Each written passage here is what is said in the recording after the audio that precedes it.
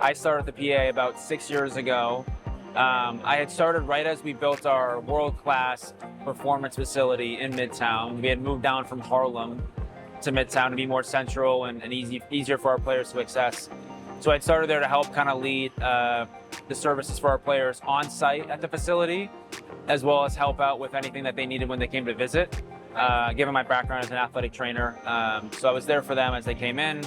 And we slowly saw that as the years went on, more and more players came to visit, so the role has expanded quite a bit.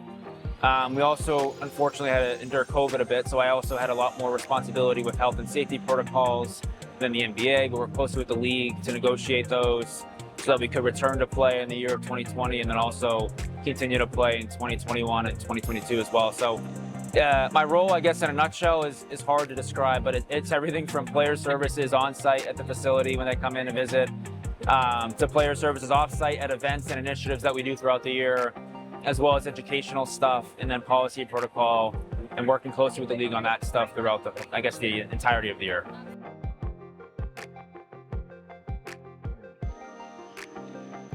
Yeah, it's a tough question. It's certainly a loaded one. I think the advice I'd give would certainly be to meet the players where they are. I think that would be the first one. And secondly would be just to be a resource where you can. I think from my experience within the NBA, every player needs something different, and that could be based on where they are located, what team they're with, where they're at in their career, what their income is, frankly, right? Because some players have their own services. They don't need the services of us. So I think meeting them where they are, I think educational on what you can provide to them and being realistic with that, so you're not overselling. And then being a resource, so that would probably be establishing a network behind the scenes with physicians, with physiotherapists, with chiropractors, with anyone that would be involved in the player care spectrum, so that when players come to you, you can kind of really talk the talk and lead them to the right people, because that's going to be proved to be the most valuable, I think, is coming through on those promises they make to players.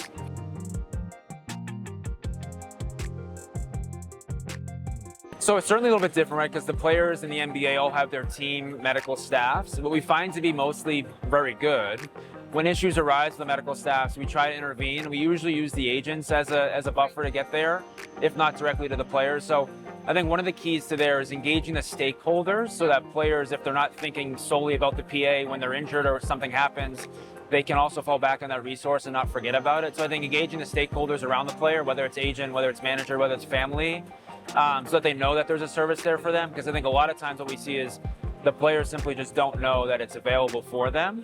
And then I think really, again, to kind of hammer home the point, like really knowing what they need, if they have someone within the physical therapy network or physician network, or if it's a certain type of orthopedic injury, leading them to the right type of physician is always going to be crucial, because that is your chance at if it's not a first impression, an impression to make on a player, and you want to let them lead them to the right people.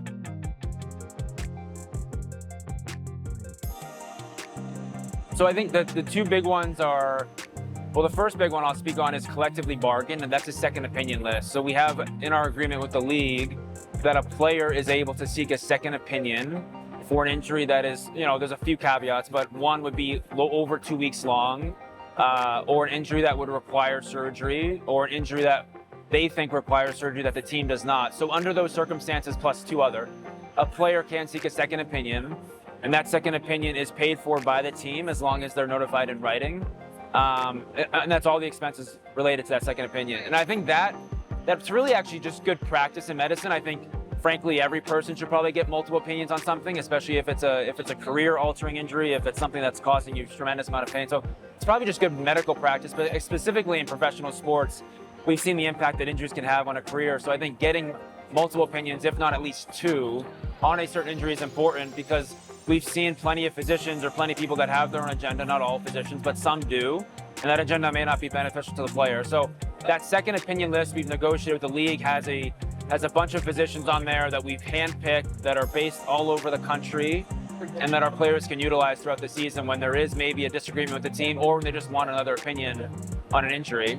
That would be the first one. The second one, I think, is we did retired player health screenings, and we did those in conjunction with the Retired Players Association.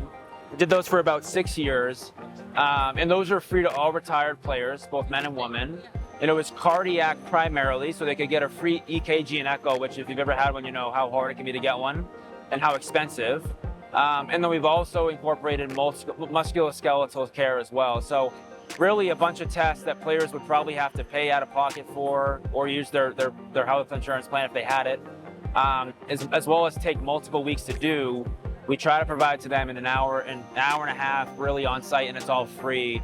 And that's really been kind of an initiative brought on by Joe Rogowski at the Players Association because of the amount of retired players that have passed away due to cardiac related issue that really was undiagnosed. So that was a big one as well that's expanded that retired players continue to do, and it's a really important one as well.